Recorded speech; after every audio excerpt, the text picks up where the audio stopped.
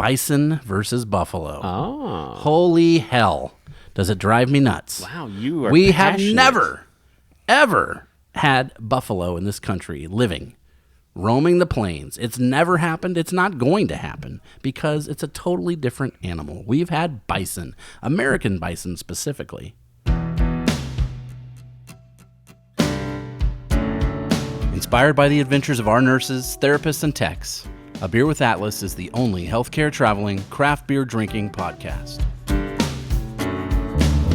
Each week, we'll open a few beers, talk about the brewery and the style of beer, and then dive into some research curated specifically for each episode. In the end, we hope each one sounds like a conversation you'd have with your friends while enjoying a few cold ones.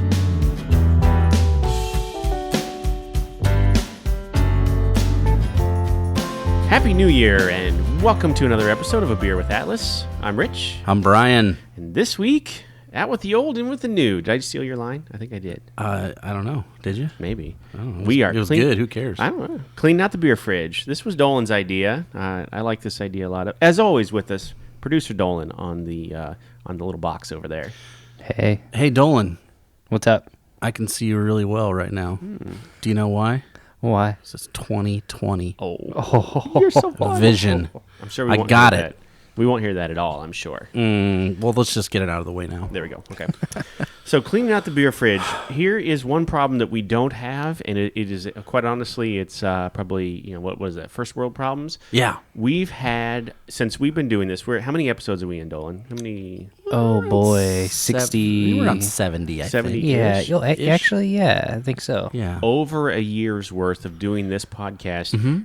Our travelers have either brought or sent or given us more beers than we can possibly ever cover. Well, I don't know about possibly. I mean, we'd we have to make a could. commitment. Yeah. We could go twice a week and still and have still not enough. touch it. No. Yeah. So inevitably, some of these beers get pushed to the back of the fridge or whatever. There's like as Decisions everyone knows. have to be made. Right. Yeah. So we are cleaning out the beer fridge this week. We have 1, 2, 3, 4, 5 beers that we didn't get to in 2019 that we're going to fly through right now. Let's do a little full disclosure for the folks. 'Kay. We had different beers selected.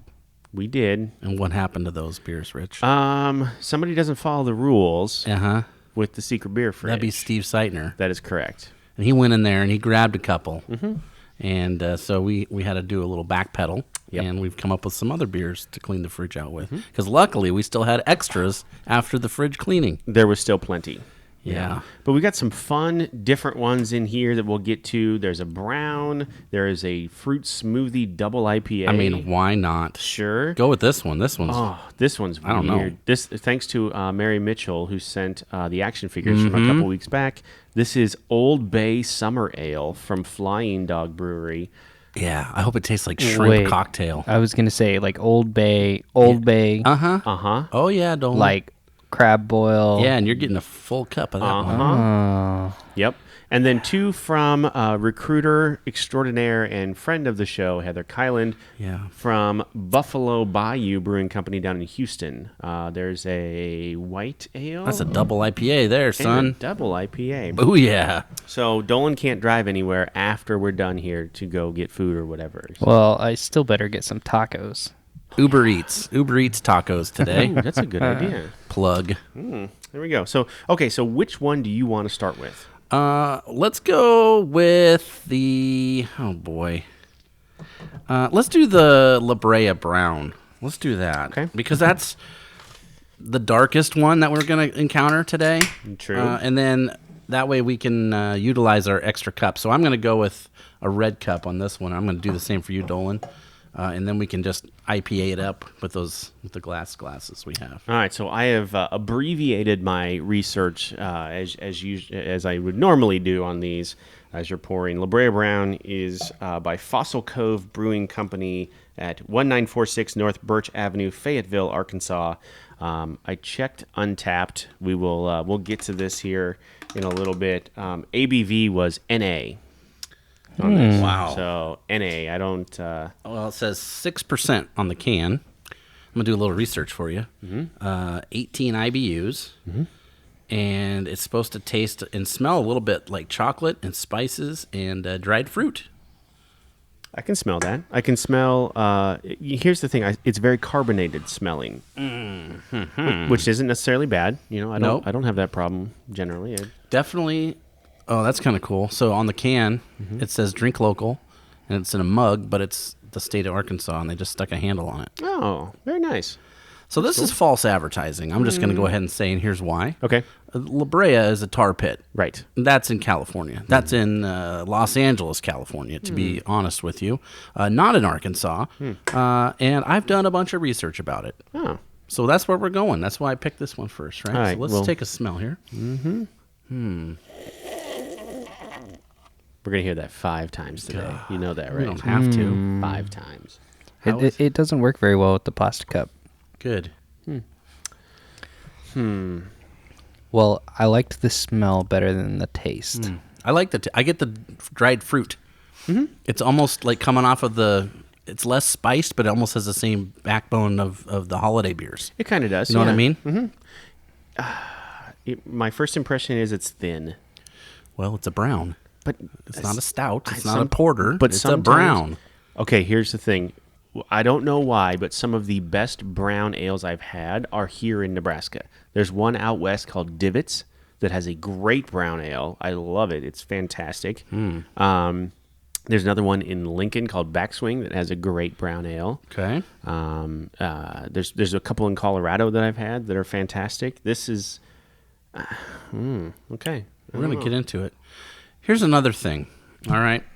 So I did a research on this thing because I've heard of the La Brea tar pits. I think most people have heard of them, but I don't know anybody that's ever seen them or been there. Do you? No, have you ever been there, Dolan? It's like right in the middle of downtown LA. What? It's like off of a famous street. And yeah, so that's weird. On the can, here's what they got maybe wrong on purpose. We'll give them the benefit of the doubt. There are no dinosaur bones in the La Brea tar pits. Oh.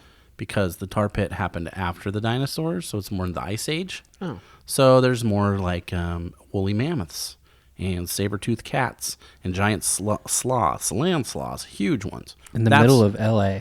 Yeah. Because that's what you'll find. You won't find any dinosaur bones. How do they, and maybe we'll get into this in your research, how do they excavate that? I mean, how? That's we might get to that. So let's find my La Brea. And what does La Brea mean? Is that the part of Los boy. Angeles? Am These are just reading home your runs. mind? Bang, bang, bang. I'm just crushing these. La Brea. That means the tar in Spanish. Oh, So really what you're saying is the tar pits. the tartar pits. The tartar pits. Tartar, I like tartar. Steak tartar? not that kind of tartar. Oh. Yeah, you could eat this. This would be bad. Yeah, don't do that. All right, here's what I know about it. Okay. And it was kind of interesting to do. I was happy to, when I saw this one, I was like, yep, definitely going to research that. Because I thought dinosaurs. Yeah. And I was wrong. Hancock Park is the area of LA where it's around. And basically, what it is there's 100 tar pits Okay. in this area. And what we see currently and what you go to the museum and see, it looks almost like a big tar lake. That's what you think of when you think of the tar pit. At least for me, I'm visually thinking like this big, black, bubbly pit of tar. Yep. That's not what it was. So really what it was like 100 little pockets in this area, kind of almost like a tar wetlands. And when they started to excavate these, they basically damaged the material and the design of it, and it broke them open, let's say, and then end up making a big one out of a bunch of little ones. Does that make sense? That makes sense. Yes. So hundreds of thousands of years ago, this stuff is going on.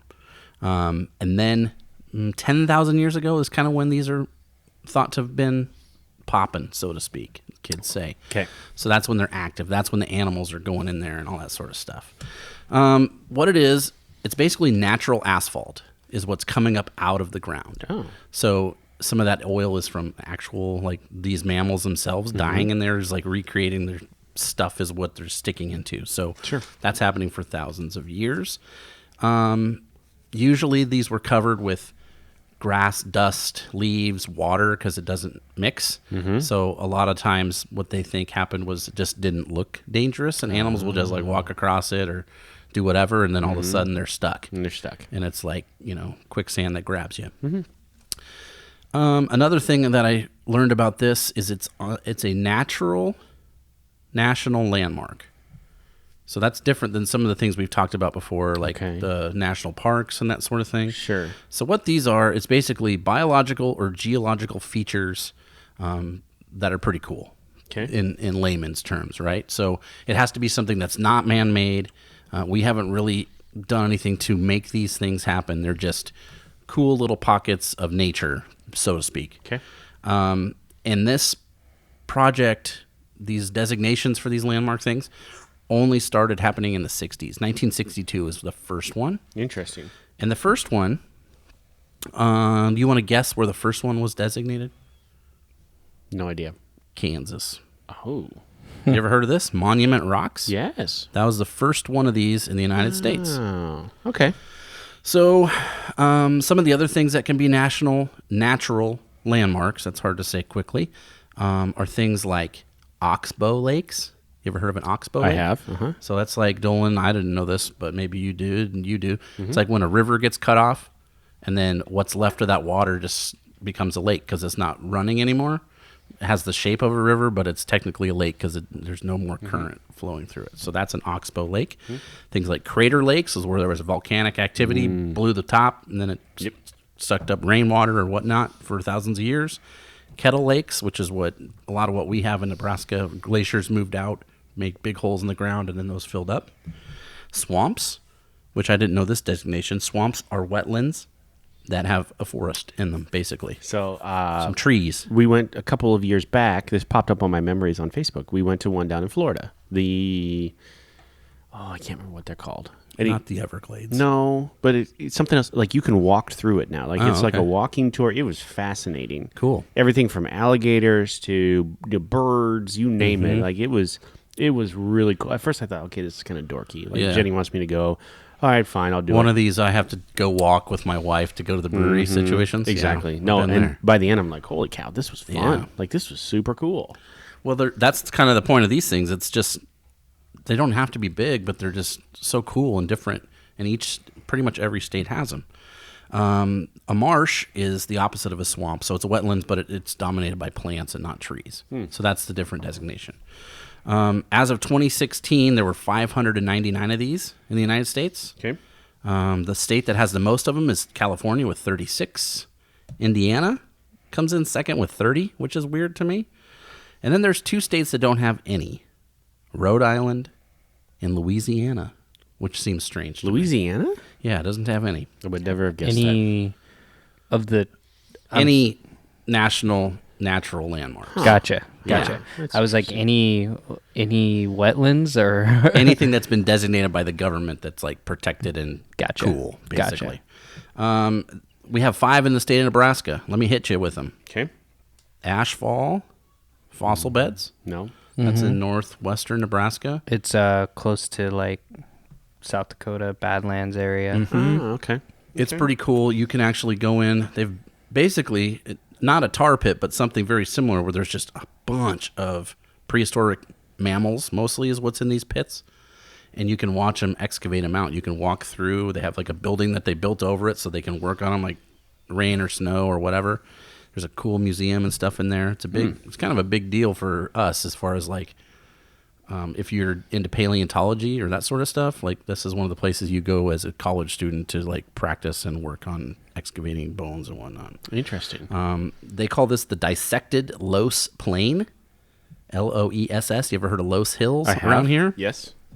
It's a big thing like around the eastern edge of Omaha, Council Bluffs sort of stuff. Loess, I've seen that name a bunch, but I didn't know what it meant. And basically it's a accumulation of silt sediment that's been blown by the wind and it just stops someplace. Yep. It builds up, and then that's this natural designation. So that's the second one for Nebraska. Fontenelle Forest is one of these. I love Fontenelle Forest. It's Nebraska's largest virgin forest. If you are on a travel contract here in Omaha, like if you're a traveling healthcare professional and you come to Omaha, like Fontenelle Forest is one of the places you need to go. Lawrence and Gardens is one of the other ones, but Fontenelle Forest is pretty fantastic. Fontenelle Forest is fun because they have a ton of stuff for kids to do, and also they just did a whole bunch of renovations to their like bird sanctuary. So they have a lot of raptors, owls, eagles, and stuff, and you can walk around, and it's pretty cool. And they've got like short zip lines out there, don't they? Like a zip line. I don't know, maybe because that's Bellevue area, right? Yeah. Pretty sure they got like some small. They're not obviously zip lines like you would find in the mountains or whatever. Yeah. But Right. yeah, they have a lot of hiking trails, and there's like a farm that a lot of school kids go to that are from here, I think. Right. But, it's a cool spot if you're in Omaha or around the area. Yep. The Sand Hills, Oh yeah. and then Valentine National Wildlife Refuge, maybe. So it's the only place or the biggest protected prairie grassland area in the United States. So like what it would have looked like 200 years ago, it's the biggest stretch of that in the United States now out there. Interesting. And that also like where the whooping cranes, sandhill cranes, and all those birds come flying through. That's a big thing with Nebraska. So let's see. I had a little bit more. Let's see. We talked about that. When they were excavating back in the day, and this was like early 1900s. Okay. They basically used the stuff they were taking out there as asphalt. So they were mining it for what it was, and it just kept building up itself over and over and over again. The guy that owned the land, because it was out in the middle of nowhere, really, it wasn't in L.A. proper at that time, he gave this like conservation group a 2-year contract that basically said, anything you can find in here, you guys can take it out, right? So Wow. any sort of bones. So they found in those 2 years, from 1913 to 1915, they pulled out 750,000 different specimens or species, or just, like 100 of this or 5,000 of this kind or whatever. That just shows how many is just in that 100 pit area. Yeah. Tons. And they're still excavating today. There's only one pit left that they're actively like pulling stuff out of, and that's number 91 out of 100. And they have kind of similar to what we have in Nebraska. They have like a shelter built over it. You can walk down and see what they're doing. Basically what they would do is just scoop out stuff and then clean it off. And if whatever they found at the beginning, people that were living there was like a farmer family. And this was Mexican, Spanish land that was granted into this person that owned this other land. And they were finding these bones and this stuff, but they thought they were like horses and cows, and they're sort of like livestock. They even had camels there. And it wasn't until like 1901 that somebody came in and said, those aren't current animals. Those are really old bones. Like, we need to be doing something here. These are, saber-toothed tigers. And they found, I wrote this down. This was cool. So in that, just in pit number 91, that's the one that they're still doing. They found a saber-toothed cat, dire wolves, bison, horses, a giant ground sloth, American lion, which I didn't know we had. No. It looks almost exactly like an African lion.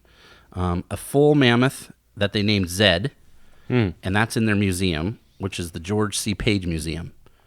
And it's like the fully intact mammoth. The only thing that's missing is like a little bit of one of the back legs and the top of the skull, because the way they found it was a bulldozer was bulldozing for a parking lot, and they chopped the top of the skull off. Chopped it off. Whoops. Good job.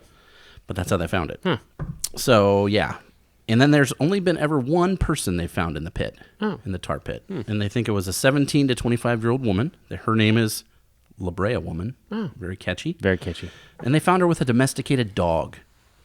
The same spot. And they thought, well, maybe this was like a ritual thing. They put her in together. That was the thought from the 70s until about 2016. Okay. And then they did some more research, and they're like, this dog is actually a lot newer or younger than the lady. So it probably just fell in there. So they don't know how she got in there or what happened. So she wasn't just like out walking her dog. No. Or it wasn't like a ceremonial thing. Somebody put her there on purpose. She just fell in like the animals did. Okay. The other thing I wrote down about this that I thought was interesting, movies. Okay. It's been in a lot of movies. Yes. So tell me the connection between these three movies. Okay. Movie called 1941. Yep. Land of the Lost from 2006. And My Girl 2. Ooh. There's two connections. One, they've all show the La Brea tar pits in the movie. And two, they're all starring people that used to be on Saturday Night Live. Oh, yes. So 1941 is Belushi. Belushi, yeah. Land of the Lost, Will Ferrell. My Girl 2. I didn't know they made a My Girl 2. Dan Aykroyd. Yeah, he was the dad. There you go. SNL. And then the other one I wrote down, I haven't seen this movie. Sorry, but I bet you have. Last Action Hero. Heck yes. With Arnold. The La Brea Tar Pits are in this movie somewhere. So there you go. Yep. That's what I know about La Brea Tar Pits. Definitely not in Arkansas. Interesting. Okay, here's the thing. I finished my portion of the beer. Maybe I might have been unfair to it. Yeah. It's better than I thought. Yeah. It got better. It was maybe this is my novice beer drinking. On the can it says Belgian style brown. Is that different than just a brown ale?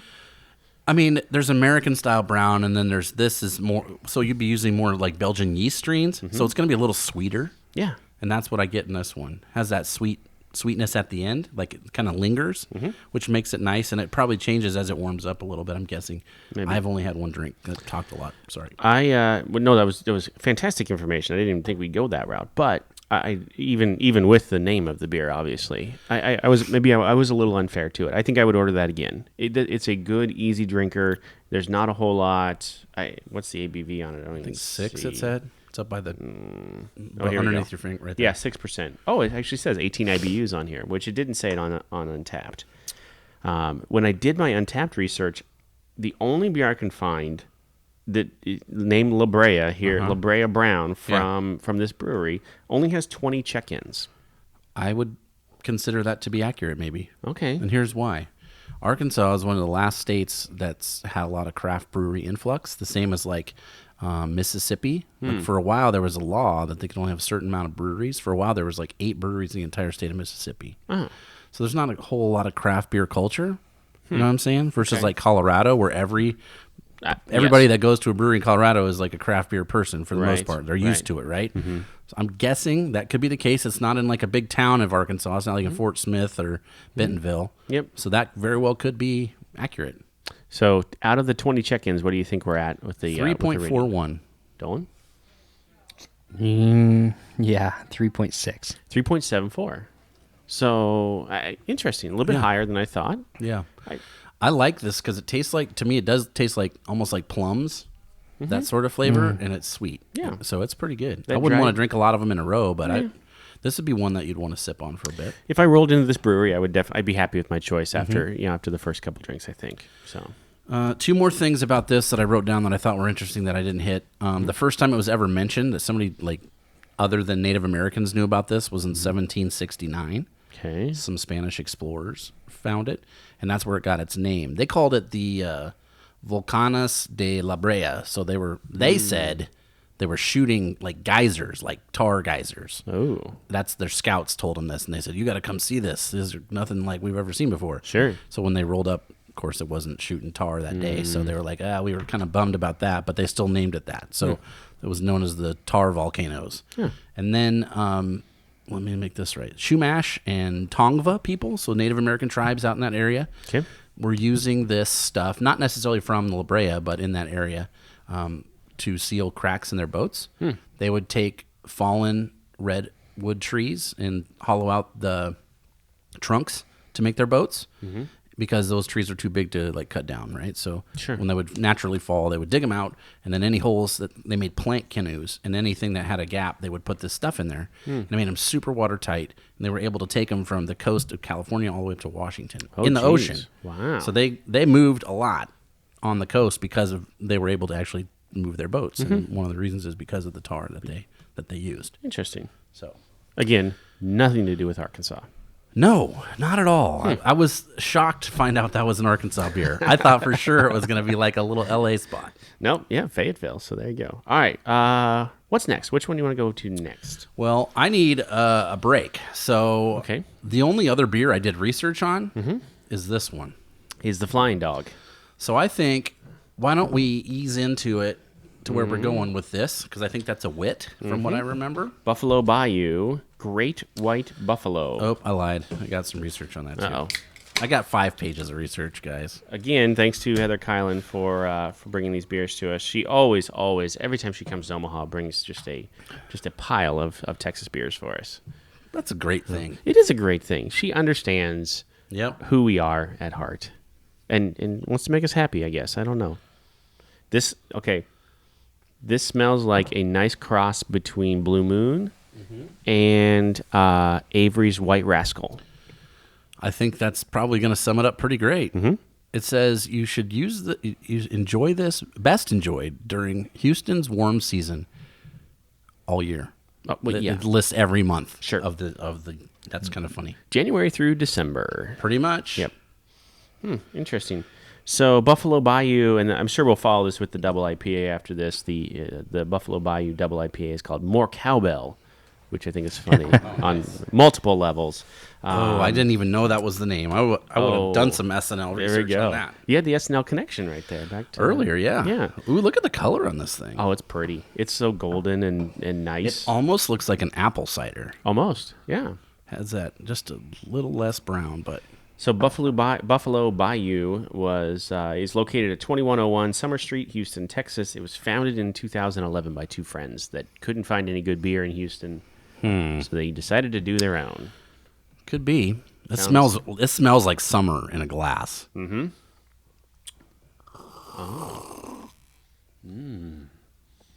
Gosh, I don't know if I want to say this out loud, but I like White Rascal a lot. This is better than White Rascal. I like that a lot. Yeah, that would be really good with some orange peel. Yeah, to really, because there's good orange flavor there anyway. That is, yeah, that's one of the best wits I've probably had just on the first sip.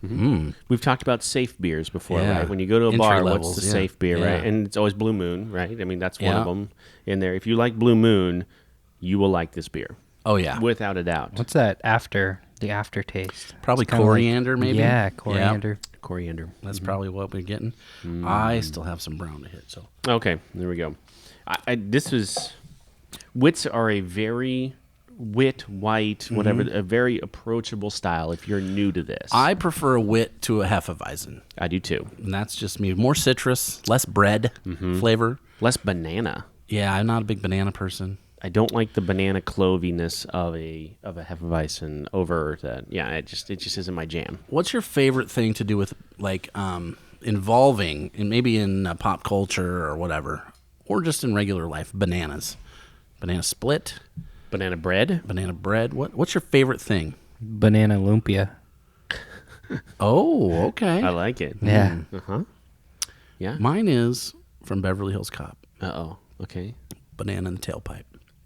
Know what I'm talking about? I know what you're talking about. That was totally improvised by Eddie Murphy. By Really? the way. Yep. I That didn't pretty know much that. the whole movie was. Well, And they were just like, "Okay, Eddie, we need you to do something for a couple minutes." So he came up with so the cops wouldn't follow him anymore. He stuck a banana in their tailpipe and it exploded.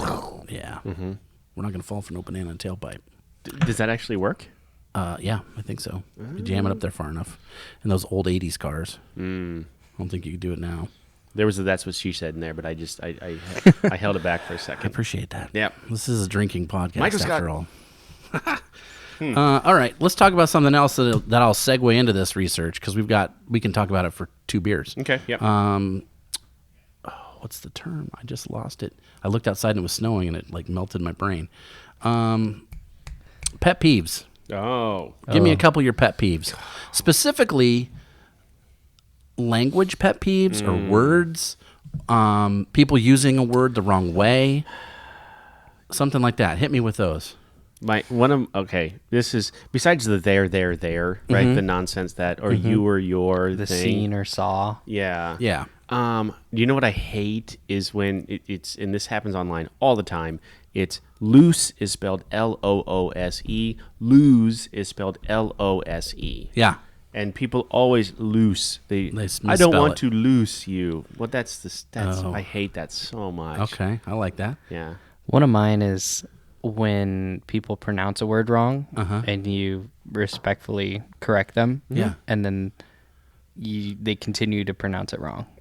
The same with like names. Like I've met people that will pronounce a name wrong. Yeah. They'll get corrected and then they just continue to mispronounce the name. See, Not the- on purpose. I They don't just know. don't The name thing, I don't that's know. disrespectful. Yeah. Like, It is, come it on. is. Yeah, it If is. I tell you how to say my name, you better say it right the second time, right? Pedersen. Exactly. That's where that comes from. But it could be right. Your last name is spelled differently than It is regular Petersons. but it's pronounced Pedersen, Der with a D, not Peterson or Peterson. It's Peterson. Pedersen. So if you take the time and hear it, that's one thing. I think it was in 5th grade. I was almost sent to the principal's office because I was at my wit's end with this. I'm like, what, 11? Yeah. And a substitute teacher came in and she did attendance and she said Peterson, and I didn't respond.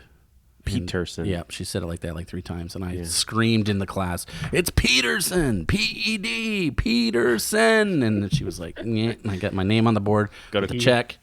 It was not good. That was when I knew I had issues. Well, that was one of the times I knew I had issues.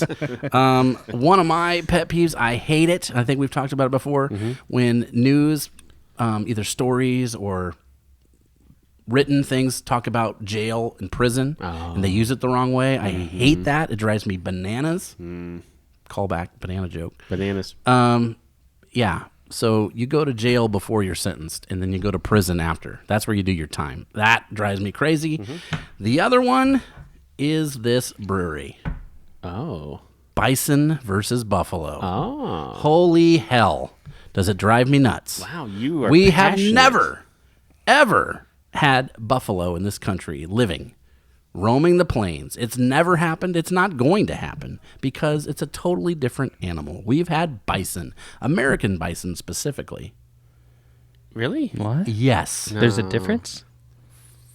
Oh my gosh! Look how angry he's getting. Look how mad he's getting. What? Yes. There's a difference, Dolan. Why is this such a thing for you? I don't know. I'm weird. I learned this at Yosemite. Okay. I went to Yosemite maybe about 4 or 5 years ago. Okay. No, it had to be 5 years ago. And the park ranger told us the difference. Okay. Basically, and he was like, "This is how it is. Everybody calls it this, but that's wrong." And it's stuck in my craw ever since then because it's everywhere. Right. Yeah. It's been probably since the 1870s or 80s when people started moving west. It started there, and it's happened this whole time. So I did research. Oh boy. Yeah, we're just gonna get into it because we got two beers from this brewery. We do. Both of them are large animals, and they have horns, and they're kind of like oxes. That's and they're the same color-ish. Wouldn't that be oxen? Ox-like, I said, but whatever. Sure. There's 2 types of bison in the world. There's an American style, and there's a European bison. Okay.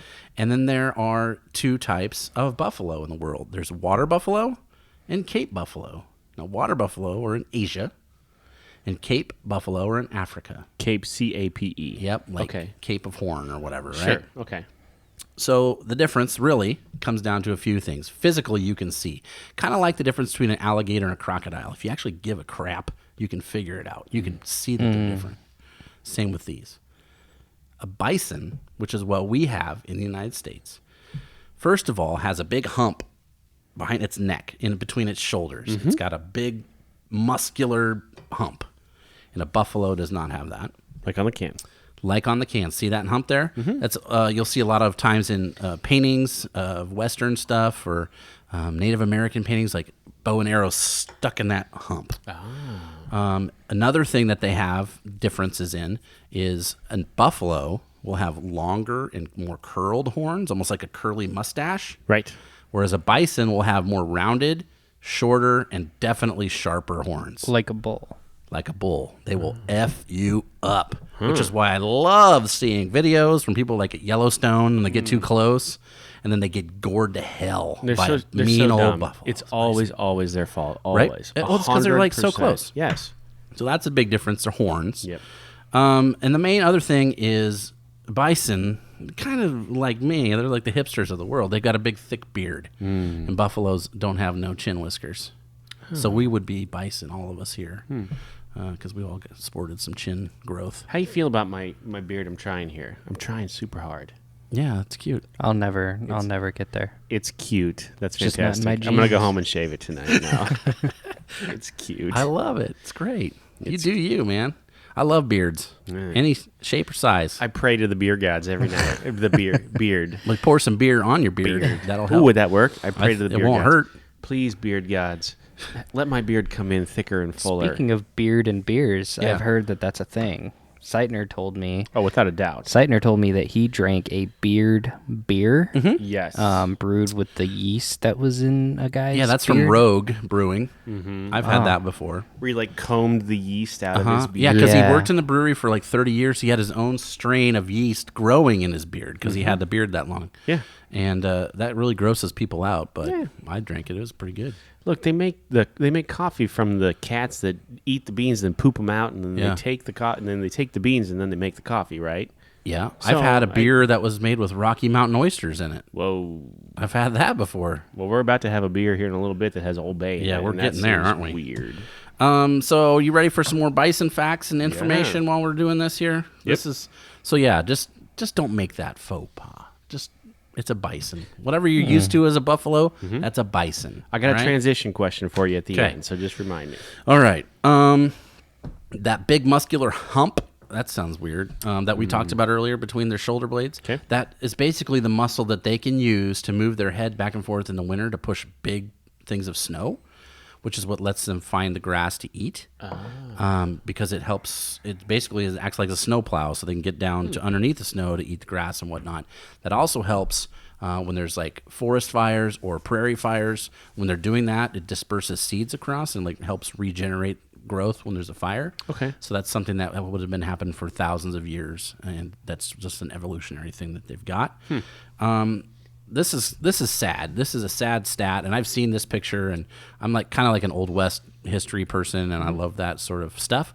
But before 1880, there was they estimate between 30 and 100 million bison in the Great Plains area, from Canada all the way to Mexico. Sure. By 1980, 100 years later, there's 1,000 of them left. 1,000 total. Yeah, and that's up from about 1910, 1920. There was about 200 of them left. Jeez. So they would come out here. Even the president, Roosevelt, would come out on a train. And you would just go out either from a train or a carriage or whatever, and you'd just shoot as many as you could. That's what they would do. They'd come out here and shoot them, wouldn't take anything from them, would just leave them rot in the sun because there were so many. It was like a big sport. Why? I don't know. That's neither here nor there. That's a different podcast. All right. Maybe Dolan's involved with, but All that happened a lot, right? Yep. And Yep. so Native American folks were dependent on these things for everything. They used every inch of the animal. Yes. And when the numbers were decreasing and moving further west, and so were the people that followed the buffalo or bison, if you will. So that's a thing that happened. Now, today, there are 30,000 of them in, I guess you'd call them a conservation herd. Basically, the government's protecting them. They're putting them in places like Alaska. Yellowstone has some. There's just little pockets of the United States that have them that they're not free range necessarily, but they're like tracked and protected, right?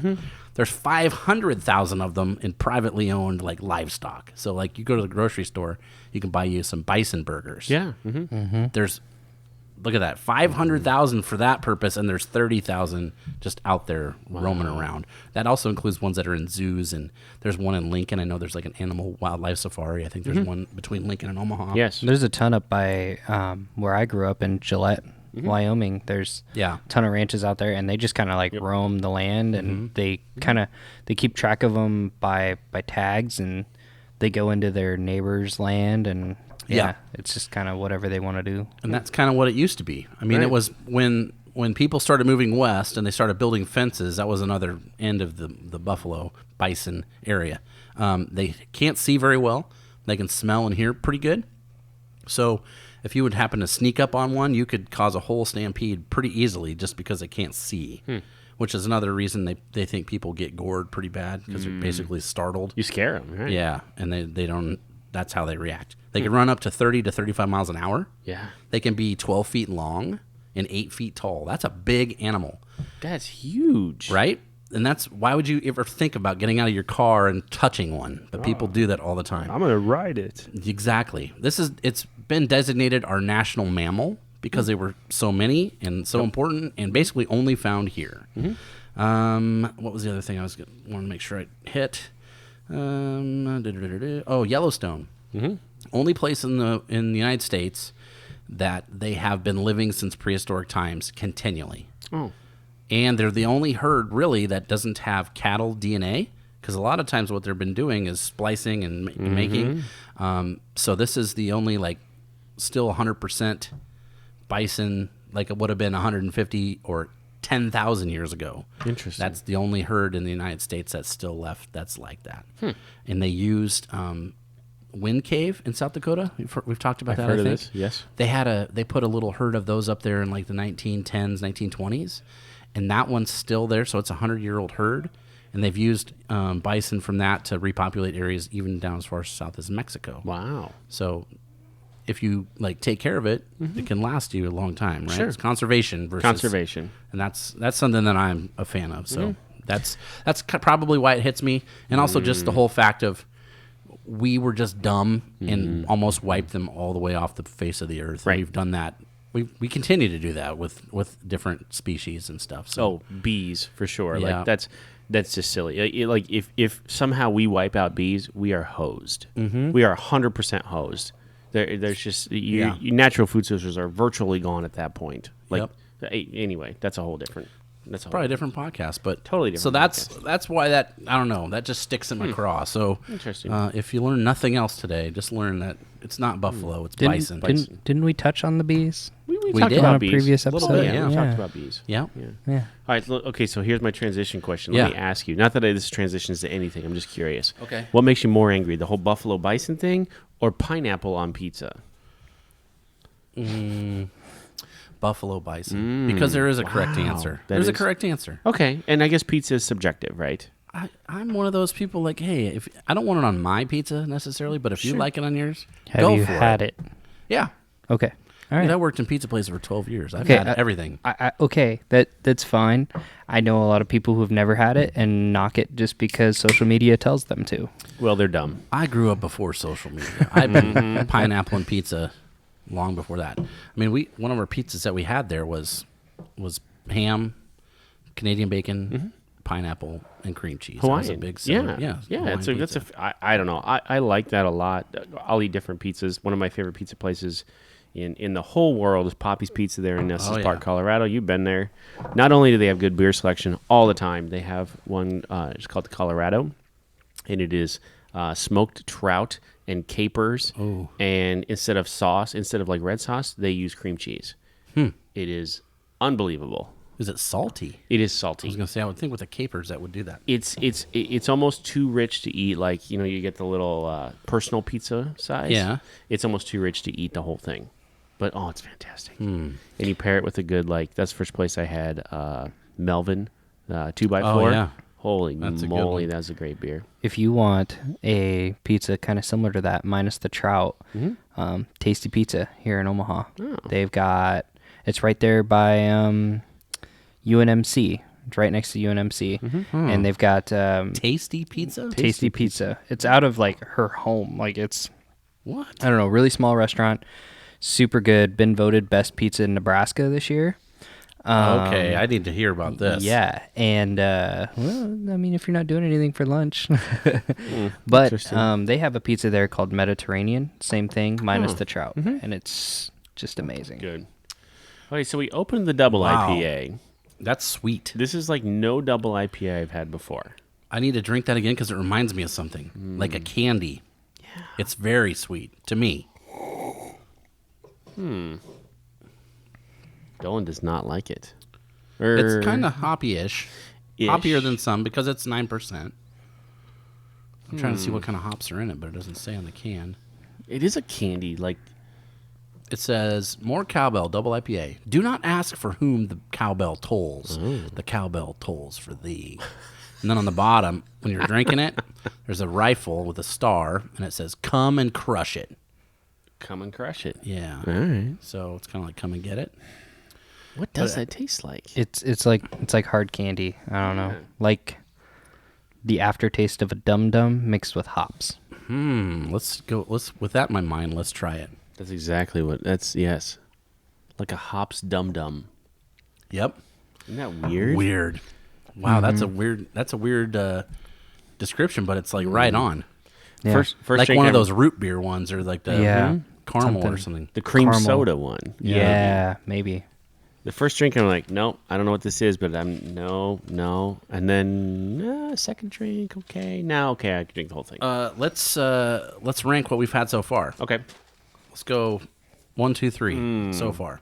Wow, that's super hard. I would probably do the Great White Buffalo first, the wit Yeah, first, and then the brown, and Yep. then the triple IPA, that's and exactly, then the double IPA. exactly where I'm at. That's where I'm at too. Okay. We'll Not have to that see the how double's it bad, but changes. it's different than any double IPA we've ever had before.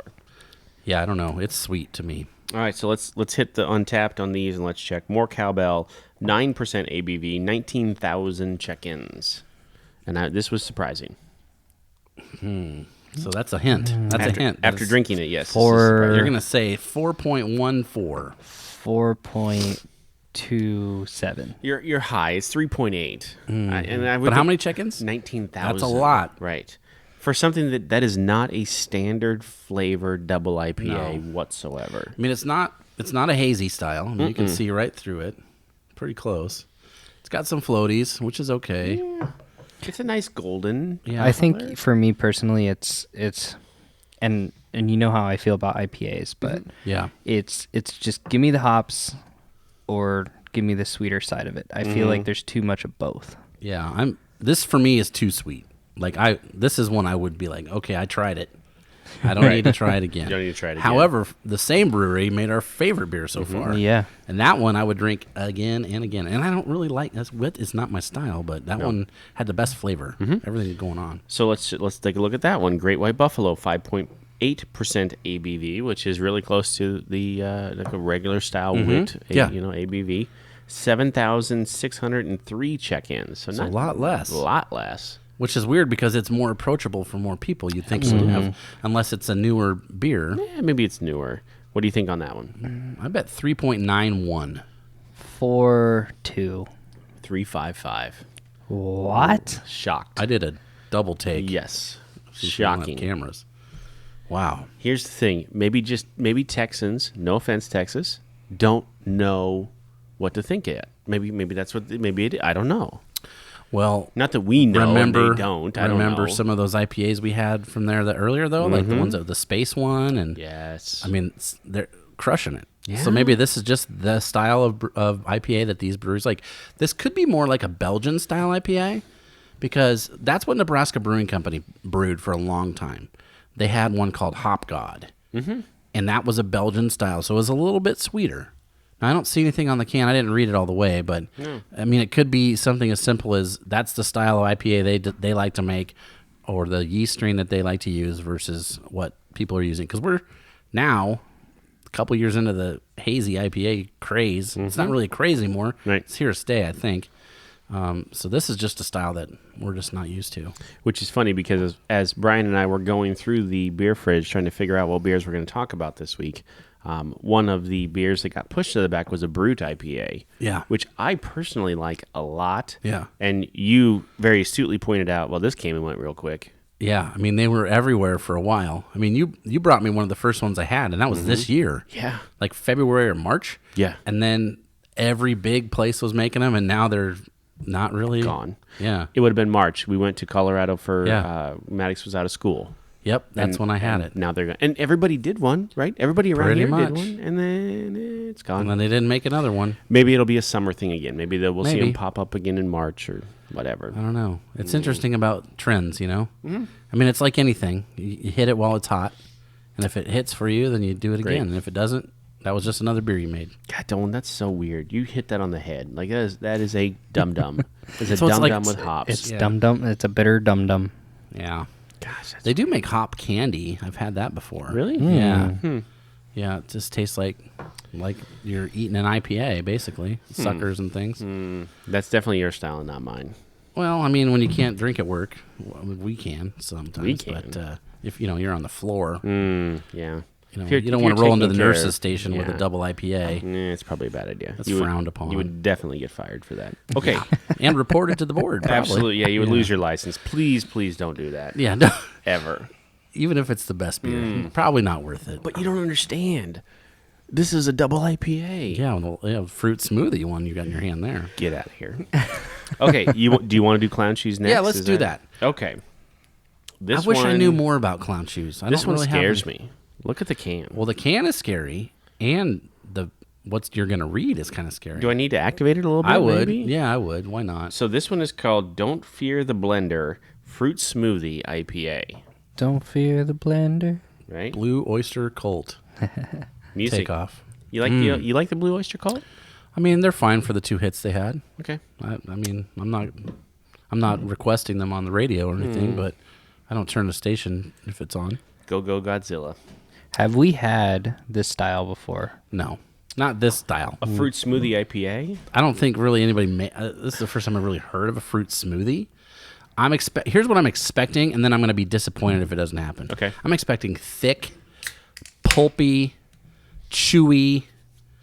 We're not just gonna, ruins the glass. I don't think we're going to get that at all. Nope. No, it is as golden as an IPA. So like at Boiler Brewing Company down in Lincoln. Yes. They make pulpy beer. Like, you have to wash your glass instantly. I've made the mistake of making one of those my last beer of the night and then just setting it in the sink. And I basically threw that glass away. Right. Like, there's no coming back from that. That's what I was hoping for. Talk about your glass right there. You got a tall pour. Oh boy. Okay. So a couple years back, this goes back a long time. We like to go to, like, in the summer, late summer, early fall. There's church festivals all the time. Yeah. All the time. And around here. And there's one down in South Omaha, St. Peter and Paul Festival.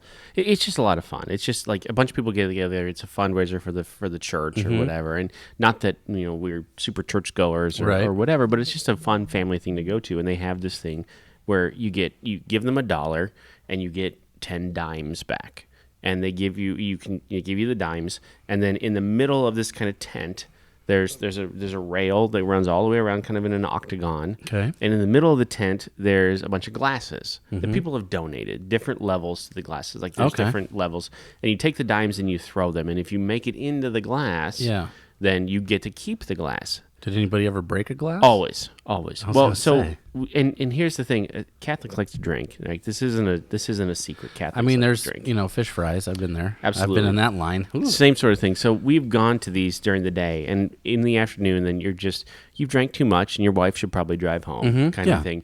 And we've been winging dimes at these things and trying to break them. Yeah. Right. So that happens. But this is an old school Pizza Hut. Like, this is, I don't even know. Maybe it's 8 ounces. It looks like it. Yeah, 8. It's probably 8 or 10. But it has the old Pizza Hut guy plus the old Pizza Hut logo. In the architecture of the building. Yeah. Like when you used to go in and sit down and have the red and white checkered tablecloth. Oh, yes. And have the red plastic cup that would bring your Pepsi or your Coke. Yes.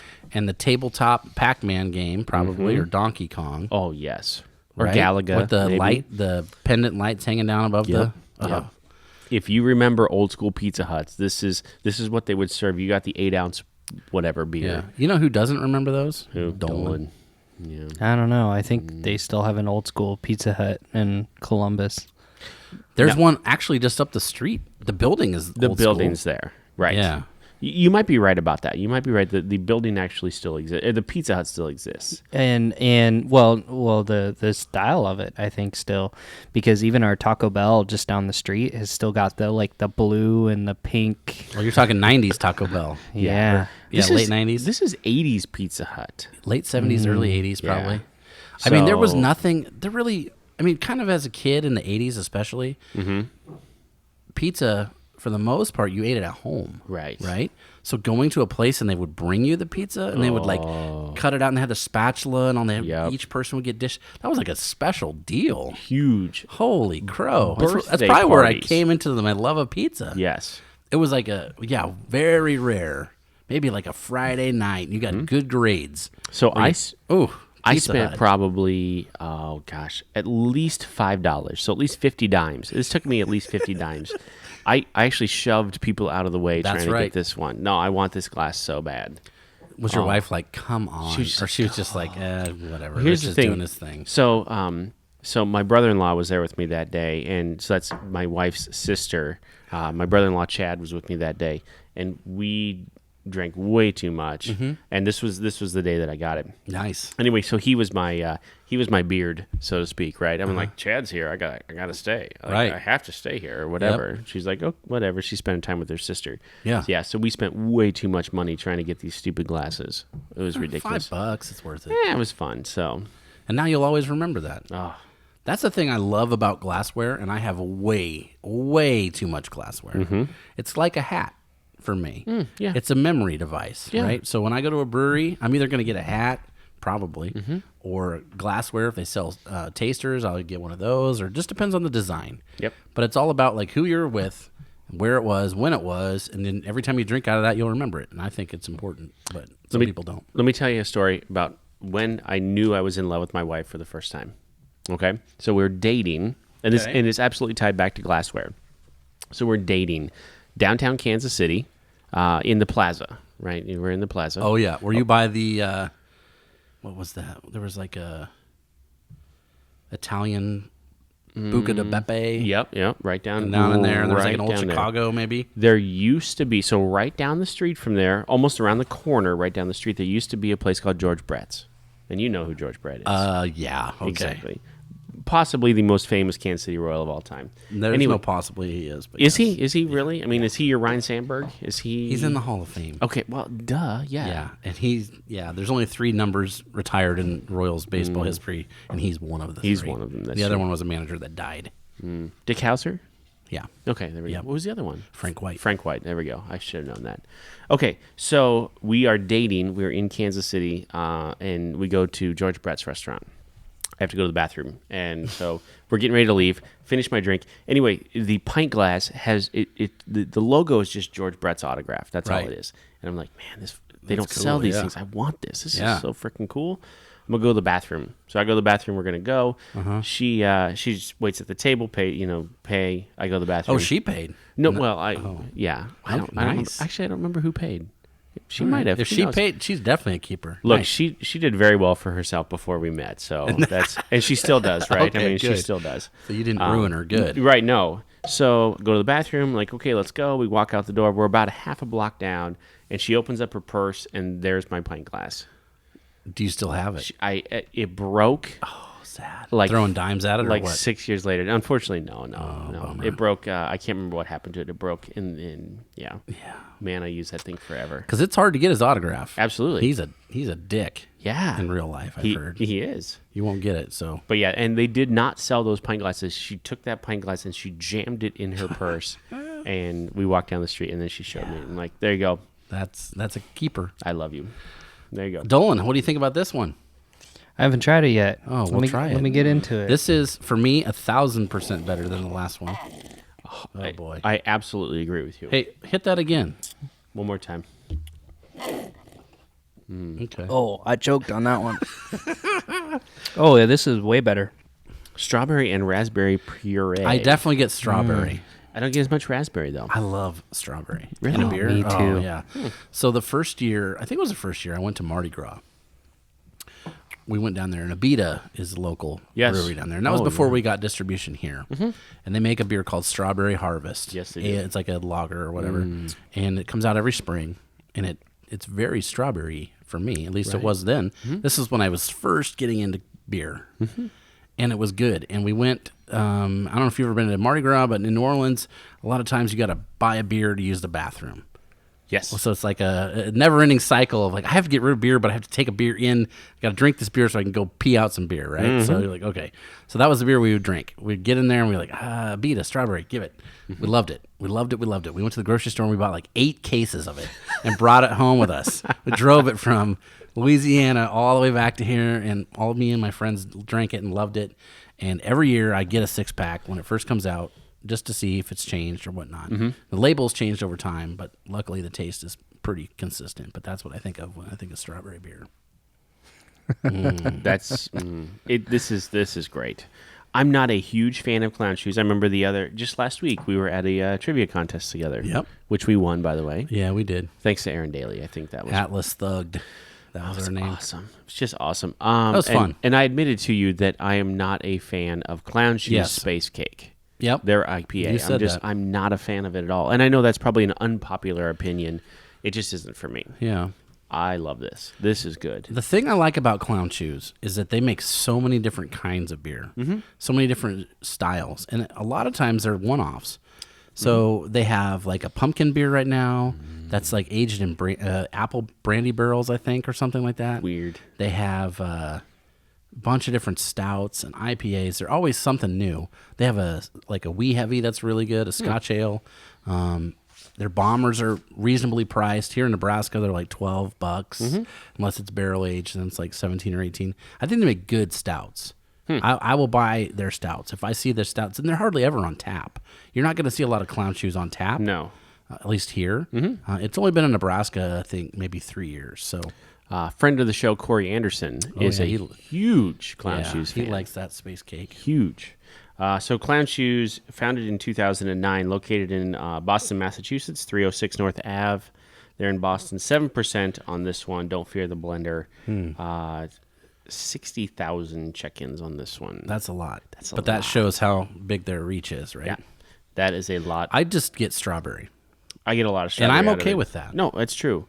The can art is unbelievable. It's just that's another thing about them is they have pretty good artwork. Their artwork is fantastic. I think they did pretty good with the smoothie taste because it does remind me of a certain smoothie that I get from Smoothie King. Just up What's the street. in the Smoothie King smoothie that you like?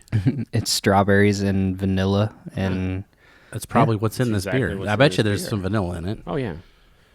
Unlike another strawberry beer here in Nebraska, in Omaha in particular, that is a summer. Yeah. It's been different names, different places, but rhymes with smelly flop. Sometimes I've heard it as belly flop. Doesn't that? I've heard it as don't they flip have flop. Flip flop. habanero in that one? Sometimes they do. They have a habanero version. Yeah, you're right. I like that version actually. They don't use enough strawberries. You and your spicy beer. Well, a lot of it depends on what you're putting in. You know, is it puree versus like a flavoring? You know, puree is more expensive. It's a little bit thicker. It's going to change the color of your beer. Like this one doesn't have any redness to it. What you'd think if it was full of actual strawberries, but there's almost a haziness to it. A little there bit. is. So yeah, you can't see through it. Interesting. It's got some floaties. They make good beer, I think. I'm a fan, but some people they think they're too big now. You're talking the one here in Nebraska. Yeah. Well, or even this one, or Clown this one. Shoes. Yeah. Oh, okay. Either way, no, I think you're absolutely right on the Clown Shoes. So we are 4 beers in, and there's some kids outside the recording studio, and I waved at them, and I was like, "This is an interesting world I live in." They have no idea. No. They can only hope to work here someday. Yeah. This is great. And their dad looks like Shane from The Walking Dead. Look at him. He is Shane from The Walking Dead. Rick. Yeah. Come on, Rick. Carl. Wow. Shane was a badass dude. I liked him. So badass. Remember when he killed that dude? He left him to die at the school. Well, yeah. Otis. And then he lied about it. He Otis'd him. Yeah. That was great. Here's the thing. If it were the zombie apocalypse, this is the thing I've thought through in my head. Let's say Dolan and I are alive in the zombie apocalypse, and we have to go and we have to do this mission or whatever. I would totally Otis him to save my own life. I know you would. I would totally shoot him. I would do that to anybody. I feel like if you're not thinking that way, you're not going to make it. You're not going to make it. And Shane was right. And I love Dolan like a son. I really do. But I would definitely shoot him in the leg to save myself. The zombies would eat him way before they ate me. Look, if there's a zombie apocalypse, I'm hitting up my farmer friends. I'm going out in the middle of nowhere. Yes. I'm knowing where the food is. I'm knowing where the weapons are. And then you get rid of your friends. I like it. I like it. Take over there. Yep. I'm going to Matt Lawhorn's house in Broken Bow, Nebraska. Oh, he'd protect you, I feel like. I totally would. Yeah. Totally. It's a long drive. Until but we can you do it. shoot him in the leg, just save your own life. Well, it depends on the circumstances. I mean, you'd probably save your life if you stuck with him a little longer than just shooting him in the leg. Honestly, I look at it this way: if it was me or Matt Lawhorn, I think Matt Lawhorn would do more for the human race. You're like, I'll take myself. I feel like he's a man's man. He would do good in the zombie apocalypse. He would. Definitely. He would. So, interesting callback. Check this out. Cowbell. Oh, down at the bottom. Cowbell on there. Just like the last beer we drank. I wonder why it's on there. I don't know. Is there some sort of thing with like the Grim Reaper having a cowbell? I don't know. I don't Maybe. For whom the belt holds? Maybe. I don't know. So there's Maybe it's your definitely time. a lot of skulls. Maybe it's one of those like bring out your dead situations. Oh, maybe. Yep. I don't know. Him holding the blender, though. The Grim Reaper holding the blender is pretty It fantastic. is kind of cool. I like that artwork. That's good. I have a feeling Good they and pay their spooky. artist pretty well. Probably. Oh man, this is such a great segue. Are we there? Are we ready? Are we? Okay, did we guess on the... We haven't guessed this yet. 60,000 Did we? check-ins on this. No, I don't think we have. 60,000 check-ins. 3.6. 3.76. 3.82. Yep, so close. Close. Okay, now, this could be unfair because this is warmed up a little bit. This is summer ale, so Yeah, we might have paid the price. maybe. Oh, watch out. Watch it. Pour it. Pour it quick. Pour it quick. Ah! Oh, no. We almost had a spill. So here's a good thing. It's got carbs. It does. Oh, yeah. And I was Oh, worried my. because it's Oh. a summer ale, right? It smells like Old Bay. Smells exactly like Old Bay. So, Oh boy, that's scary. yeah, I love Old Bay. I love that Mary thought to send us this, too, because it is so strange that it's just off the wall. Well, we have to do it. I mean, Right. we're drinking pickle beers, for goodness sakes. No. Do you smell that thing? Oh. Look at how much I have. All right, I'm going to hit it this one. I'm going to get this glass here. Oh, my gosh. Oh, there's a clean one there too, if you want. Oh, hey, good thinking. I brought So, Dead Rise. It's called Dead Rise by Flying Dog Brewery. And that. Hey, there's Dog- our zombie tie-in. Oh, there Dead we go. Rise. Yeah, It's like we planned this. kind of. You'd think we would, talk this through the, I don't know. No, that would be too easy. Nah, it'd be too easy. Flying Dog Brewery, which has nationwide distribution. We get lots of Flying Dog here in Omaha. We do? Oh, we get some, yeah. Yeah. Really? Oh, yeah. I've seen it. I've seen this logo a lot. Huh. I bet we go up to the Hy-Vee right now and we can find it. Not right. this, but just in general, we get Flying I don't Dog. know. I feel like we can't get it. Maybe they can. So this is their summer ale. It's made with Old Bay, and if you're not familiar with Old Bay, you use this in like crab Guess what? bakes and You're going to be familiar. oh yeah, You're going to be familiar in a minute with Five- Old Bay. 5.5% ABV, located at 4607 Wedgewood in Frederick, Maryland. Flying Dog is the largest brewery in Maryland. Yeah. Didn't know that. Right near Baltimore. Okay. Frederick is near there. So this is the beer this morning that I came to you and I was like, I'm having trouble with research because I have too much. There's too much information. I could do a whole show on this one brewery. This is the one. This is And I left out probably the most interesting part of the whole story. okay.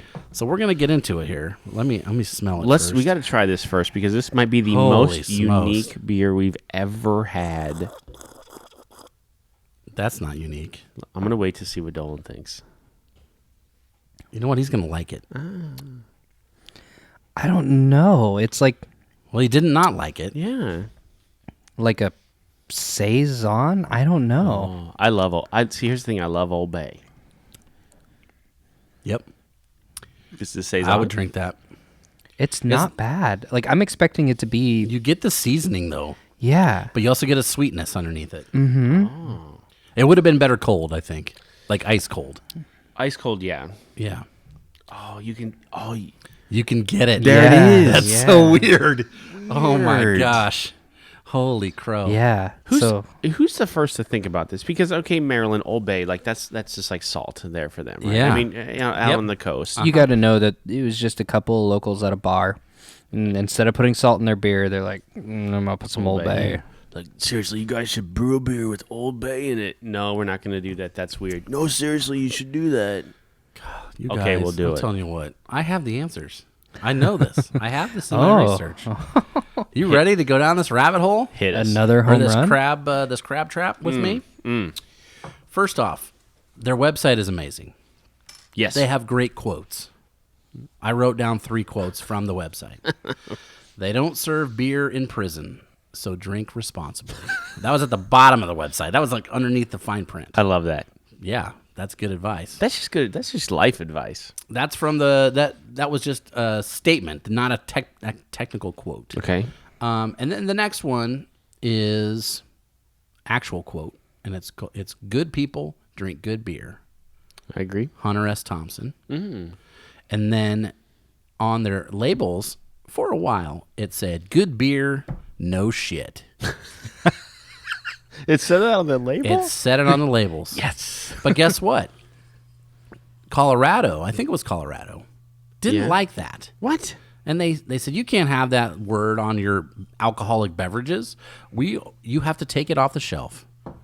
We will not sell this here. So guess what? They sued them. First Amendment violation. This brewery sued. Good for them. But in the meantime, they tweaked the logo and the label. And it says, good beer, no censorship. That's what it says now. Fantastic. And that's on their website. Love it. So the more I dug into these guys, the more I loved them. Because I was like, okay, I've seen their beers online. I've seen them in Colorado. I haven't seen them here. I swear we get them here. It's possible, but the price point is also a little bit high for us sometimes for what we can get here. So I've had a few of their beers, not very many, and definitely not this one. So this is the first one that day. We were looking through the fridge, and I pulled this one out. This is the first beer I took. Okay. So I was like, I know I want to research this one. Sure. Because to me, that artwork is all about Hunter S. Thompson. Oh, without a doubt. And that's kind of where we're going. But he is the person I left out of the research because that was kind of too obvious, but also too much for we're pushing time on this one anyway. Sure. So, I did research on Ralph Steadman. I don't know who that is. He is the illustrator. Oh. Okay. So when you see this style and you see it with a Hunter S. Thompson article or book, he's the guy that did that. Okay. And he continues to make beer labels for these people. Started in 95 was his first one. And he keeps going. So we're talking, 24 years? Yeah? All right, Ralph Steadman. Born in England, and he still lives there. 5'15" to 36. So he's 83, something like that. Okay. My math is close. He went to art school in the 60s in London, which was probably pretty awesome. And he was a freelance, I guess illustrator is the best term, for the Daily Telegraph, which was a big paper in London, the New York Times, and Rolling Stone. When they first started coming out, his art was in Rolling Stone, usually paired with Hunter S. Thompson, who was one of the first people who wrote articles for Rolling Stone. He illustrated many articles and books of Hunter S. Thompson, most famously Fear and Loathing in Las Vegas. Yeah. So when you see that, that's what you think of, and that's who this is, Ralph Steadman. He sold his original drawings and illustrations because that was originally an article in Rolling Stone, Fear and Loathing. He sold those original drawings that he made for that to Jan Stenner, the founder of Rolling Stone magazine. He sold them for $75 back in the day. $75 total. Yeah. Wow. That's And ridiculous. he was mad about it later. He was like, why the hell did I sell that? It's worth a lot more money. And he never, from what I could tell, he never sold another piece again. He might give them away as gifts. Sure. But he never sold his art ever after that. So he was just man. super bitter about it. Yes. And he said, if you ever see one of these in private hands, it was stolen. Wow. That was his quote. And he's still around today. So how's he making beer labels, right? Right. That was something I wanted to know because that artwork is undeniable and unmistakable. And I thought, honestly, until maybe a couple years ago, I thought Hunter S. Thompson was the person that drew those pictures. That's what I would have thought, right? too. Because for me, it's synonymous. He was friends with Hunter S. Thompson, and they worked together on Rolling Stone, especially I think it was in 72. There's a really cool documentary on Netflix about the history of Rolling Stone. And they talk about when Hunter S. Thompson was a political journalist for them, and he was on the campaign trail. So, like the year Nixon was going up for re-election, so he went to all these press conferences and did interviews and stuff. And he illustrated that article for Rolling Stone. So that's kind of how they met. Hunter Thompson lived in one of the places he lived in was someplace small in Colorado in the mountains, and one of his friends was a famous scientist, maybe astrophysicist, something like that. He climbed mountains, and he also liked beer. So he had his own little brewery that he opened in 88, 90, somewhere in there, towards the end of Hunter's life. And Hunter S. Thompson would go there and drink beer a lot. And then he became friends with the people that originally founded this brewery. And then that went to Baltimore area, basically, right? So Hunter's friends with this guy that opens this brewery in Baltimore. and he tells Ralph, "Hey man, you got to do a couple of labels for their beers. They're just opening up. I'm going to give them a quote to use. Just do a couple illustrations. That'd be really, really cool to have your work and my work on their beer labels." Sweet. Which is pretty like groundbreaking, really. I mean, those are, I don't know, 25 years almost now, and it's still the same. They haven't changed. Like the logos have changed, the design has changed, but the illustrations are always different. It's the same person doing it for almost 30 years. Founded in 1990. So, yeah, it's going back to 1990 already. Yeah. So we're talking, that's how old that stuff is. The illustrator, Ralph, he's most famous for this sort of stuff with Hunter S. Thompson, but he also did his own thing too, and illustrated like republished works, I guess, of like Alice in Wonderland, Treasure Island, a couple of those sort of things, and they were pretty popular and famous. He makes a lot of paintings, but his style is very similar all the time. So it's almost like he starts out Jackson Pollock at the beginning, and he's got ink droplets or paint splatters, and then he kind of builds from there. Like on the label here. Like on that label. So one of the things that he's kind of known for, he also really loves the First Amendment here in the United States. And he pushes boundaries whenever he could with his art. And that matched up with the owner, CEO of the brewery. He's a big fan of the First Amendment too, because he said, if you're going to make us change our beer labels, what's next? You're going to change the books. You're going to change everything that we watch and take in. And as adults, we should be able to choose what we want to choose, right? Okay. So he's a big proponent. So they met, and they've collaborated ever since. He designed their V logo, so you'll see it up there. Yep.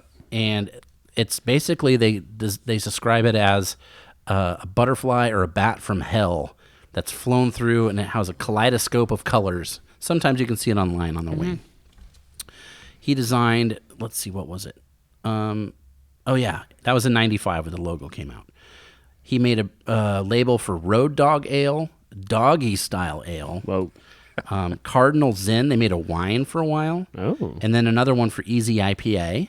And all of those have been either taken off the shelves, sued, challenged in courts, different states, because they were either too adult themed or had, like, they decided it was too vulgar for a beer label.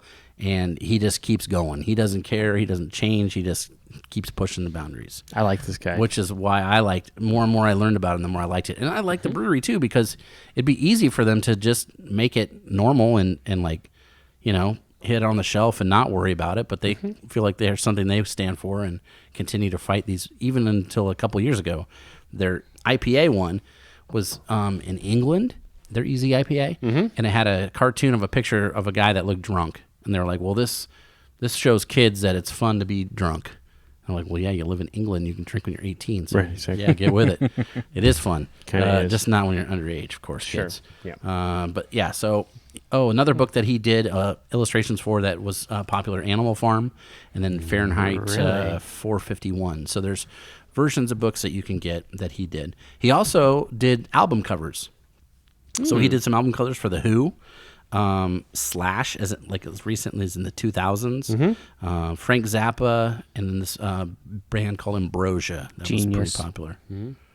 Whenever you say Frank Zappa, genius. No, wow, that's a different genius. That's a different argument we can have. What? Okay. Yeah. Oh boy, interesting.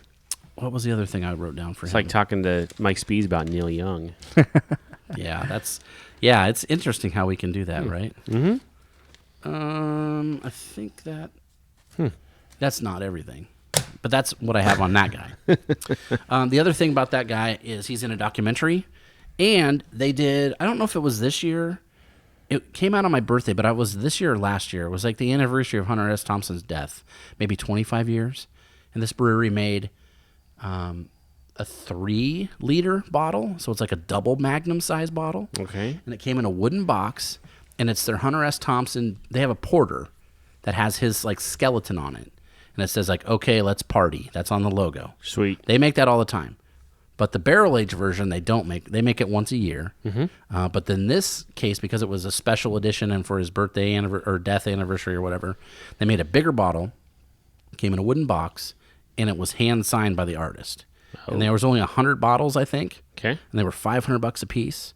and all the money went to Hunter S. Thompson's charity that his wife runs, which is more like it's like an environmental charity in Colorado, and it's also like for political activism, basically to change and keep conservation and stuff alive in that area. So they basically gave up whatever that math equates to just donate to the charity, and you could only buy that bottle in the brewery, so you had to go in there and buy it. Nice. I would love to get one. That'd be cool. I would have totally stood in line for that. So on their website, I was loving it because it was really good stuff, and I was like connecting, kind of like what you usually do on the websites. Yes. And I was like, well, I gotta look at the merchandise, right? It's Christmas time.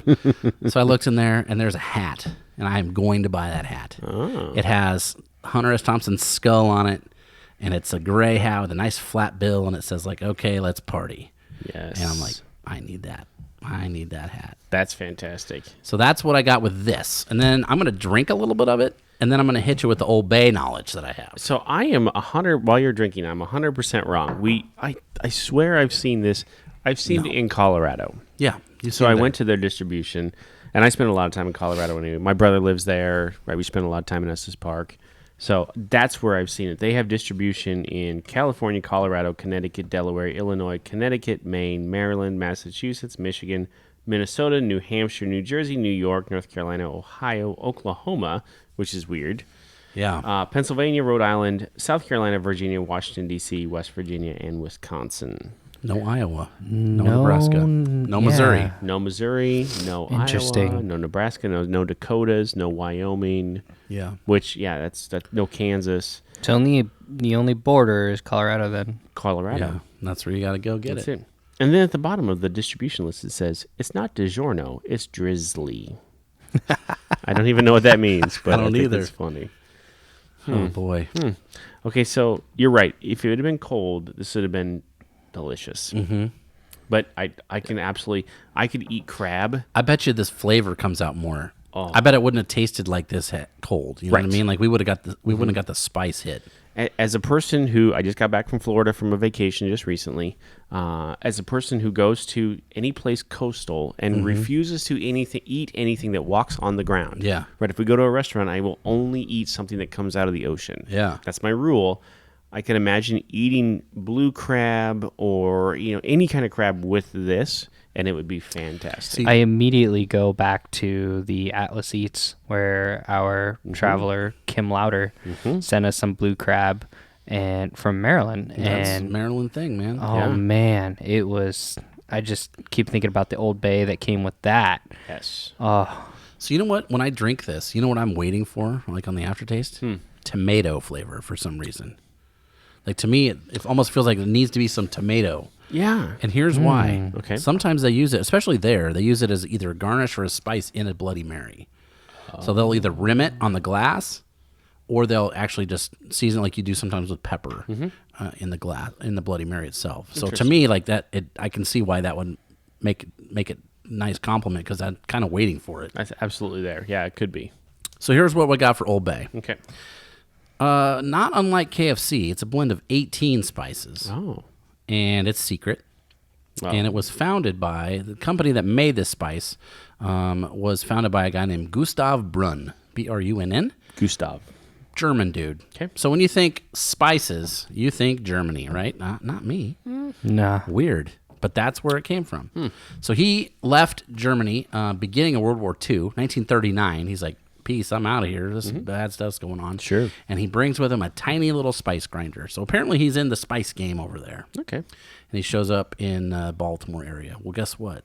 Crabs and shrimp and that sort of stuff, that's not happening in Germany. But it is where he's there. He's like, ooh, this is great. And he comes up with this combination. And he has it from, his company has it from 1939 to 1990. They own the recipe and the company that makes it. Originally, it was called, I wrote this down because it was crazy, Delicious Brand Shrimp and Crab Seasoning. That didn't stick. Delicious brand. But Old Bay did. Okay. And Old Bay is the name of I guess you'd call it a freight liner. It was a boat that took people, so almost like a boat taxi. They were taken from Baltimore down to like Fairfax, Norfolk, Virginia, back and forth. So it was like not necessarily for vacation, but just to commute, a faster way to commute from state to state. And that was called the Old Bay Line. So not unlike train lines, The ships down there had line names too, and that was the Old Bay, which was the one that would have serviced that area where he was from. So that took the name from that. Old Bay is used in these sort of things, beer, which we're drinking right now. They have Old Bay flavored ice cream. There's Old Bay flavored chips. This sounds amazing. Old Bay flavored cheese curls. So like a Cheeto with Old Bay flavor. I would eat that. Me too. They Bloody Mary, you can buy it pre-mixed with it in there. And then popcorn. Like in movie theaters, I guess in this area, it's just one of the condiments at the movie theater. It's like a big old thing of Old Bay. They changed it from what you used to see was a metal container, like almost like paprika, if you're ever familiar with that. Yes. Old Bay was in a metal container until 2017, and then it switched to plastic. They wanted to cut down on shipping costs when they send it out. Okay. I don't know that you can. Can you buy it here? Yeah. Okay. They have a bunch of different flavors. I used last night, actually, Old Bay blackening seasoning on some burgers I made last night. So that's kind of around 1990 is when McCormick Spice Company bought them up. And then they did some tweaks to, not the recipe, but just like the packaging and stuff only a couple years ago. So it's pretty much been untouched for 90 years, I guess. 80 years. I guess we're going on 80 years now. Wow. Holy cow. The brewery did this beer because in 2014 was the 75th anniversary of the spice. And it's just Maryland. Like when people talk about Maryland or you're from there or whatever, the culinary thing, Old Bay is a part of that. So they said, well, what can we do to like, make a little money, capitalize, but also like, show off our state history. And this was the beer they came up with, and it was so popular that they've continued to make it now this is the 5th year they made it. So I guess we're going on 80th year, which I just did the math backwards. It would have been easier to read my notes. Yep. But that's what I got. Old Bay. That's made by a German dude. And I like, and I can tell you Old Bay is here in Omaha because I always have Old Bay in my pantry right there. Like that's the thing. What do you use it for? Anything that, if I do shrimp, if I do any kind of seafood whatsoever, like I would use. You that stay to there. the seafood? Yeah, generally. They say it's good on popcorn. Oh, I would try that. I think it would be good in a red beer if you like a red beer. I bet you it would probably be pretty good in that. That'd be good. I don't know. I love their blackening seasoning. I bought it a few times. So anytime I'm grilling, if I want like not necessarily Cajun spice because it's not spicy, but you get that texture and that look. Yep. Yeah, I love Old Bay. This is way more interesting. I was scared of this at first, and I thought it was going to be salty, like a goza almost. I thought so too. And I'm glad it's not. But it almost wouldn't be bad with a little in there too. No, I think especially as a summer ale, you almost kind of want that because you're sweating. Yeah. That you need to replenish that. It's It's definitely light. I mean, I don't feel everything we've drank today really has been light. We went Nothing through real 5. heavy. I don't feel like we did that, but yeah. So yeah, that's what I did for research today. Oh, the other thing that was interesting with this Old Bay, the way it kind of crept its way across the United States. Subway sandwich company, owned by Doctors Incorporated, was like an early adapter. So when they started out, they used to have like a seafood salad sandwich or a crab salad sandwich, and that was used in their flavoring and seasoning. So a lot of people that otherwise, up until like the 70s, you couldn't get it anywhere outside of Maryland. But then they were one of the first like big clients or customers, and that's kind of what spread it across the United States. And so if you ever went to Subway and had a sandwich that was like that, that's how you first had Old Bay. Interesting. I can't say as I ever no. That was one of my friend Daryl Rivers was like he loved the seafood salad sandwich. We would not eat our lunch. We would save our lunch money that our parents would give us, especially in junior high. So it's been about 91, 92. And then if it was wintertime like now, we would either take that money and go down and buy ice fishing poles, or if we were hungry, we would go to the Subway across the street from the fishing store, and he would get one of those sandwiches. So we would do that all the time. So that's probably the first time I ever came across it, 1991, Lincoln, Nebraska, Subway sandwich. So 54,000 check-ins on Untapped for this one, which doesn't surprise me whatsoever. That's a lot. It is a lot. Is that the biggest today? It is the biggest today. That's yeah. weird. Out That of all it's of a them. summer seasonal with Old Bay seasoning is the biggest strength beer. In perspective, though, of other beers Yeah. we've drank, like that's not a lot. But, No. I mean, there are others. But that it's we've- more than La Brea with Absolutely. 20 or whatever you said. Yeah, and more than clown shoes, I think is interesting too. Yeah. So 54,000 check-ins. What do you think? I don't know. This is tough because it's so different. It's so different. Super different. But if you're from there, then you're You're probably gonna like, love yeah, I it. love this Yeah. thing. So I feel like it's going to skew high. I'm going to say 4.19. I'm gonna say 3.8. You'd be surprised. 4.45. So not very high. 4.45. Right. Out of 5. I'm sorry. 3.45. Okay. I was Did I like, say- holy did I say shit. 4? Did I say 4? I'm Yeah. sorry. Yeah, I was like, well, not very high. I about fell out of my chair. That was Yeah. like the highest rated beer we've had. No, 3.45. I apologize. I mean, if you're not from there, I could see that too. You'd be like, what is this? This is weird. Yeah.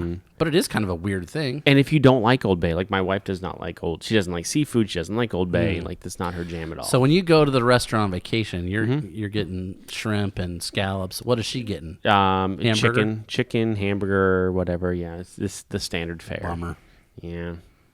Oh man, I love seafood. But she has acknowledged, like, there was a place that we went, one of the first nights that we were there on vacation, they had scallops. I'm like, here, and I cut a piece off for them. Like, just try it. Like, there's nothing fishy about this. Like, the scallops we get here in the Midwest are A little sketch. sometimes, yeah.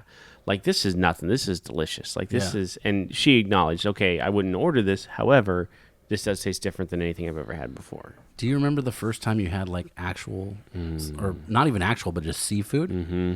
You do? Where was it? It was on the East Coast. It was in Florida, and it was magical. Dolan? I grew up eating it. I mean, octopus. Wow. That's a cultural thing, though. My mom used to make the seafood soup, and it had fish, clams, shrimp, octopus, or it wasn't octopus in the soup, it was squid.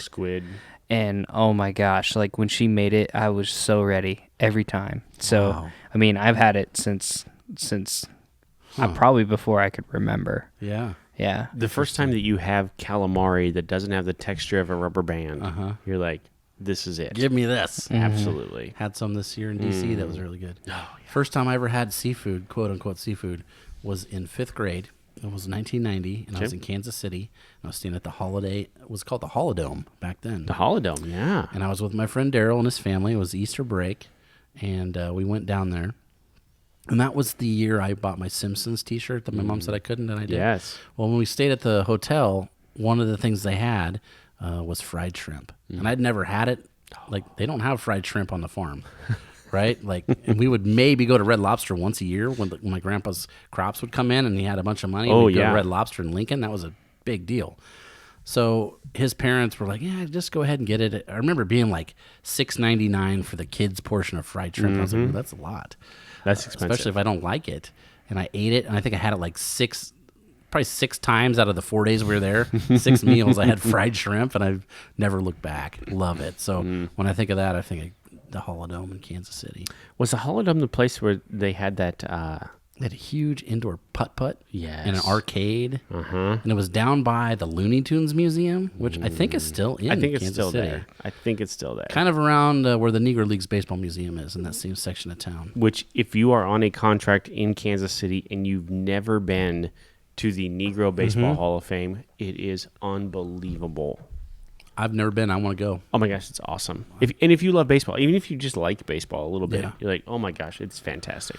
I feel like we should put a pin in this and maybe do maybe a daily where we get ready for baseball season. If we can't swing Arizona, maybe we should swing down there and do a little tour and take some video. I'd love to do that. I would love to get there. I've never been, and I would love to go.